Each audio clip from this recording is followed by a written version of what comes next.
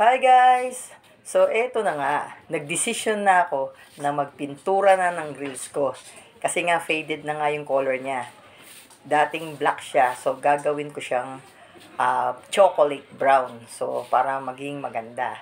So eto na nga yung mga gagamitin ko. So ayan na.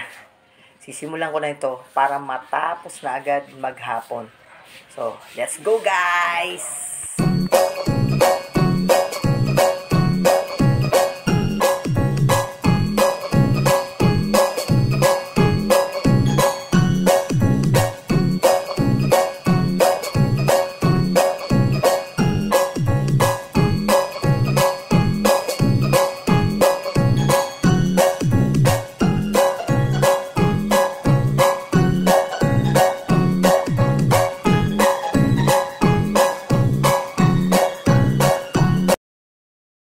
Tapos ko na yung dito sa loob.